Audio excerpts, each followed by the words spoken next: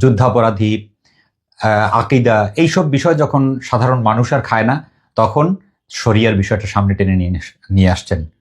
আজকের দিনে এসে বর্তমান বিশ্বে কেউ যদি ঘোষণা দিয়ে বলে যে আমি শরিয়া আইন বাস্তবায়ন করতে চাই, এটা কি সম্ভব কিনা? এটা পদ্ধতিও না। আল্লাহ রসুল, হজরত ওমর রাদিয়াল্লাহু তাআলা আনহু, হজরত আবু বকর রাদিয়াল্লাহু তাআলা আনহু, ওসমান রাদিয়াল্লাহু তাআলা আনহু, আলী রাদিয়াল্লাহু তাআলা আনহু, তারাও কি ঘোষণা দিয়েছেন যে শরিয়া আইন বাস্তবায়ন করছি আমরা, বা শরিয়া ভিত্তিক রাষ্ট্র প্রতিষ্ঠিত করছি? তারা ইনসাফ ভিত্তিক রাষ্ট্র প্রতিষ্ঠিত করছেন। মানে পরিবেশ পরিস্থিতির আলোকে কোরআন হাদিসকে বেইস ধরে তারা রাষ্ট্র পরিচালনা করেছেন। এটাই শরিয়া আইন।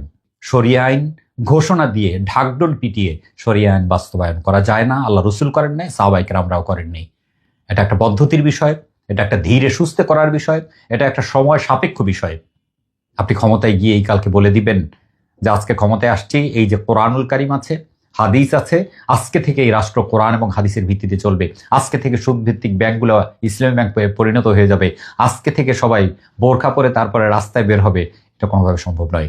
আজকে শরিয়া বিতর্ক, এটা প্ল্যান, জামাত ইসলামীকে ধরাশায়ী করার প্ল্যান, এবং কখন কি এজেন্ডা হবে সেটা আগে থেকে নির্ধারণ করা থাকে। একদিকে এই আলেমরা এক কথা বলবেন, অন্যদিকে মিডিয়া বা তারা এই ধরনের কথা বলবেন, শরিয়া নিয়ে প্রশ্ন করবেন, জামাত ইসলামী বিব্রতকর অবস্থায় পড়বে, তারা বিভিন্ন রকম জবাব দিবে, আলেমরা এটা নিয়ে বিতর্ক তুলবেন। গোটাটা প্ল্যান করে তারপরে আগানো হচ্ছে।